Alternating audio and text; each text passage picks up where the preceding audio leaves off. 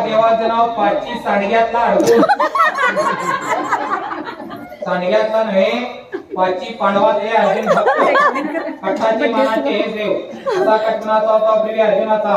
अर्जुनासारखा भक्त नाही कृष्णासारखा देव नाही आणि विक्रम सारखा राजा नाही त्या मुलाचे ते देव नाही त्याचा नाचवला देव असा पाची